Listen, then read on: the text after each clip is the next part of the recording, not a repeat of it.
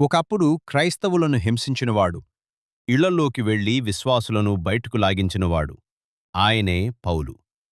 కాని ఒకరోజు దమస్కు మార్గంలో యేసు ప్రత్యక్షమయ్యాడు. సౌలా సౌలా, నన్నెందుకు హింసించుతున్నావు అని అడిగాడు.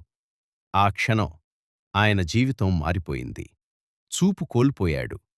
కాని అదే సమయంలో నిజాన్ని చూడడం ప్రారంభించాడు. ఒకప్పుడు చర్చిని నాశనం చేయాలనుకున్న వ్యక్తి తర్వాత చర్చిని నిర్మించడానికి తన జీవితాన్నే అర్పించాడు. అనేక దేశాలు తిరిగాడు. జైళ్లు, కొరడాలు, కష్టాలు, బాధలు ఎదుర్కొన్నాడు. రాళ్లతో కుట్టారు. చనిపోయాడని అనుకున్నారు. కాని పౌలు వెనక్కి తిరగలేదు. ఎందుకంటే ఆయనకు తెలుసు, దేవుడు మార్చిన జీవితాన్ని ఎవరూ ఆపలేరు.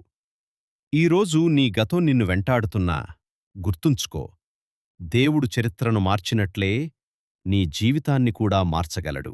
ఇంకా మరిన్ని ఆశీర్వాదకర వీడియోస్ కొరకు వెంటనే లైఫ్ స్ప్రింగ్ టీవీని సబ్స్క్రైబ్ చేసుకోండి. ధన్యవాదములు.